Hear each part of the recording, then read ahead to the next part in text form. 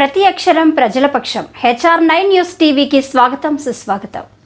శ్రీ సత్యసాయి జిల్లా పెనుగొండ నియోజకవర్గం గోరంట్లలో ఎస్సీ వర్గీకరణ అసెంబ్లీలో ఆమోదంపై కూటమి నేతలకు మాదిగల పాలాభిషేకం.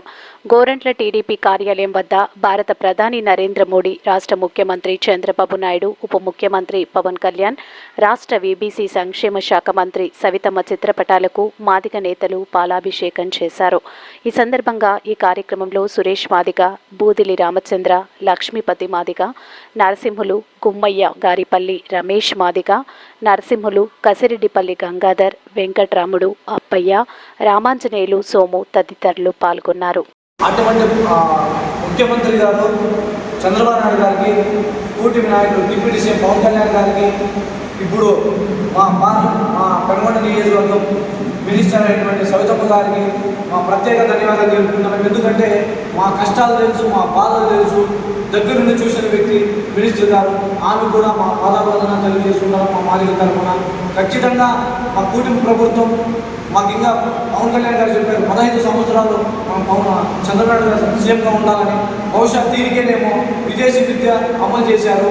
ఎన్నో డొక్క సీతమ్మ అలాంటివి మా అంబేద్కర్ మాదిగని చెప్పుకునేదాన్ని కూడా లేని పొజిషన్లో ఈరోజు మేము మాదిగం అని చెప్పి ఈరోజు మేము మీడియా ముందు మాట్లాడతామంటే కారణం కూటమి ప్రభుత్వమే. ఎందుకంటే మాకు అన్నిటికీ అన్ని వేరేగా సపోర్ట్ చేస్తూ అన్ని వేరేగా మాకు అండగా ఉన్నందుకు మా మందకృష్ణ గారి తరఫున, మా మాదిగల తరఫున చంద్రబాబు నాయుడు గారికి, కూటమి ప్రభుత్వానికి, పవన్ కళ్యాణ్ గారికి ధన్యవాదాలు తెలుపుకుంటున్నాం. మనకి ఈరోజు ఈ చేతిలో ఉన్నామంటే ఆయన మోడీ గారు కొట్లాడి ఈ ఎస్సీ వర్గీకరణకి రావు తెచ్చింది మన మందకృష్ణ మాదిగ గారు. ఆ తర్వాత మనకి అంతో ఇంట్లో న్యాయం చేసేది మన చంద్రబాబు నాయుడు గారు. ఈ కొత్త మన ధర్మంగా తలెత్తుకొని మెజారిటీ తిరుగుతారు. అది ఇంకా మన మందకృష్ణ మాదిగ గారు 30 ఏళ్ళ నుండి నిరంతరంగా పోరాడి ఒక్కరితో స్టార్ట్ చేసినాడు. ఇది ఉద్యమం ఇంతవరకు మనమంటే ఎంత చిన్న చూపు తింటారో ఈ అగ్రకులాల వాళ్ళు. అయినా అంటే మేమంతా ఎంఆర్పీఎస్ తరఫున పోరాడి ఇవన్నీ చేసినాం. కాకపోతే ఈ పొద్దు మాకు న్యాయం జరిగింది.